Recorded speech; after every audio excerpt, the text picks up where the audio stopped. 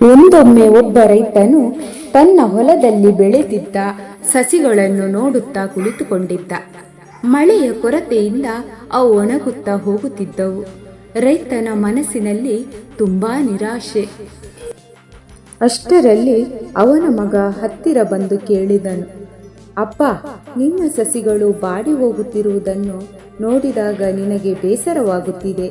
ಆದರೆ ಏನು ಮಾಡೋದು?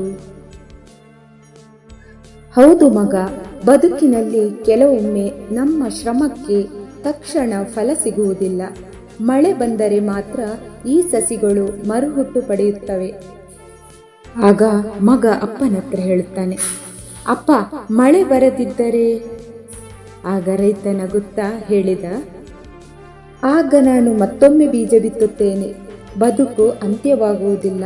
ಹಾಳಾದರೂ ಮತ್ತೆ ಶುರು ಮಾಡುವ ಶಕ್ತಿ ನಮ್ಮೊಳಗೆ ಇರುತ್ತವೆ. ಈ ಕಥೆಯಿಂದ ತಿಳಿದು ಬರುವ ಪಾಠವೇನೆಂದರೆ, ಜೀವನದಲ್ಲಿ ಸಮಸ್ಯೆಗಳು ಬಂದರೂ ಅವನ್ನು ಅಂತ್ಯವೆಂದು ಭಾವಿಸಬಾರದು. ಪ್ರತಿಯೊಂದು ವಿಫಲತೆ ಒಂದು ಹೊಸ ಆರಂಭಕ್ಕೆ ಅವಕಾಶ.